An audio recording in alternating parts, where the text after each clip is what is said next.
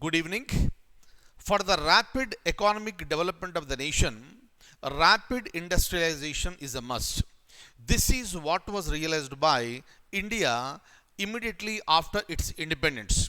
That is the reason why during our first 5 year plan, India has given high priority to agriculture, and for the second 5 year plan, starting from 1956 to 1961, India gave priority to industries so that there will be rapid industrialization and there will be the generation of a massive employment in India so that the economic development will happen.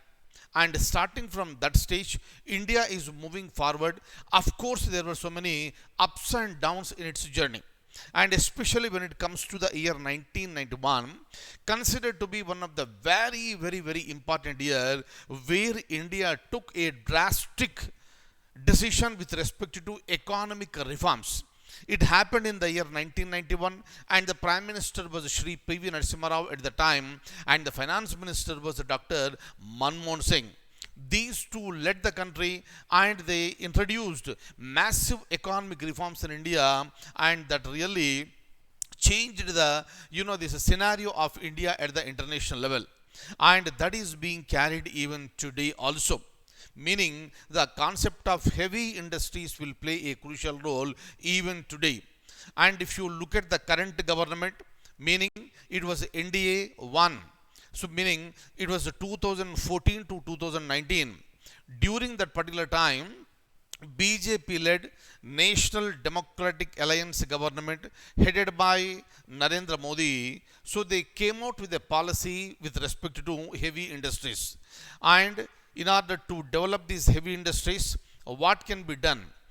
It has been answered by the concerned minister in the parliament very recently on April 1st 2022.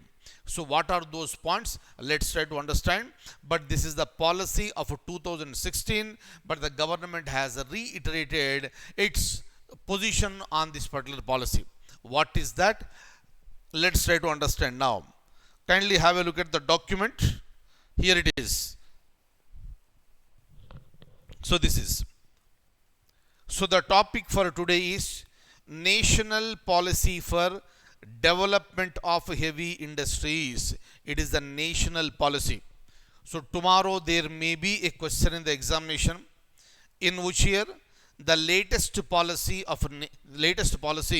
for development of heavy industries took place, and your answer should be 2016. And before we go ahead, I would like to tell you what exactly is the meaning of heavy industries. Heavy industries. Clear? Kindly look at this very closely. Heavy industry typically involves large and heavy products. That's it. So any industry that is involving large and heavy products or large and heavy equipment and facilities are complex or numerous processes, those industries are called heavy industries. And because of all these factors, heavy industries involves higher capital intensity when compared to the light industry does. Very important one. Please remember this point very clearly and closely. Heavy industries requires higher capital, and heavy industry is also often more heavily cyclical in investment and employment. Very important points on your screen.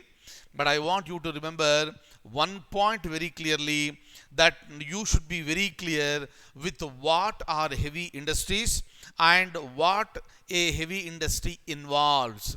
Every heavy industry involves higher capital when compared to other smaller industries, other lighter industries. Clear? So remember each and every point. Look at this. So when it comes to the Ministry of Heavy Industries, seeks to provide technology development as well as environment friendly technologies in the industry through innovative policy schemes. Kindly remember, so when it comes to any industry that emits lots of pollution, so obviously our environment is getting disturbed. That is leading to ecological imbalances. But now you have to go ahead with the development of the industries. At the same time, that should be environment friendly, right? Accordingly, to strengthen capital goods sector, the National Capital Goods Policy of 2016 was laid out, in which it recommended to take initiatives to accelerate the growth of the capital goods sector. Very, very important. Please remember the year 2016, in which year the National Capital Goods Policy was framed, and your answer should be 2016. And another possible question will be, what are the policies under, what are the objectives of the National Capital Goods Policy? Then you should be in a position to identify them. If it is a main examination, you should be able to write at least a few of these. Look at this. First one, to increase total production, to increase employment. Kindly remember, every industry will lead to the generation of more employment, and every industry, whenever it goes for an expansion, it is increasing total production, it is also increasing employment. Clear? And increase domestic market share, to increase exports. Please remember these points very clearly and closely. So basically what will happen, most of the countries in the world, they are unable to produce the goods that they require. India was also one among those countries. That is the reason why India was mostly depending on imports, meaning we used to import from other nations. But how long you will do this? If you look at our huge population and countries like India, if you depend heavily on imports, that will be leading to lots of, the outflow of the money. That is the reason why Indian governments at regular intervals, they came out with the policies so that India should become self-reliant, meaning whatever we require, that we should produce here. And after meeting the domestic needs and demands, then we export. So if we are exporting, we will earn. So these are the basic objectives. So kindly remember, so this is called the import substitution, meaning whatever you are importing, produce within your own country, produce within our boundaries, so that will be taking care of the needs of the people at the domestic level.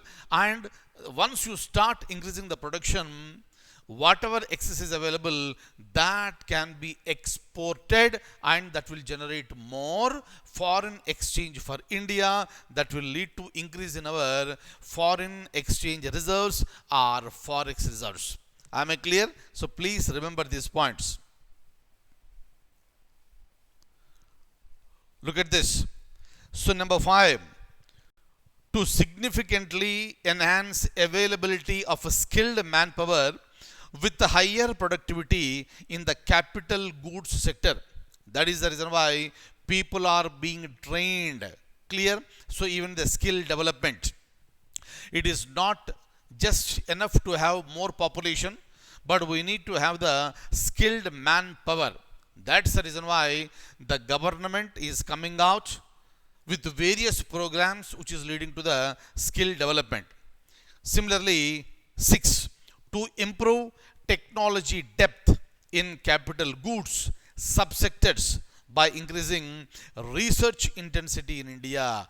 That is the reason why we spend a lot of money in India on R&D, research and development. To promote standards, to enhance the quality regime in the capital goods sector through relevant standards to propel the sector and curb inflows of the substandard capital goods. Kindly remember, everywhere the quality plays a very, very crucial, right? And to promote SME. What is SME? Small and medium enterprises. To enhance growth and build capacity of SMEs to compete with established domestic and international firms and become national and global champions of the capital goods in future. Meaning, whatever you start in the form of a small and medium industry, that should be strengthened, enough support will be given, and they will become champions at the national level and also at the global level in future. This is what is explained by the concerned minister of heavy industries in the parliament on April 21st 2022. So please remember, my dear friends, whatever I have discussed with you now, these type of policies are very important for the examination, both at the preliminary level as well as the mains level. In the preliminary level, they will give you few, and you should be able to identify what all the objectives fall under this particular policy. But in the main examination, you are asked to write down, list out all these. Clear? So as many as possible that you need to write down in the examination. Fine. So thank you so much, and I'll see you in the next session.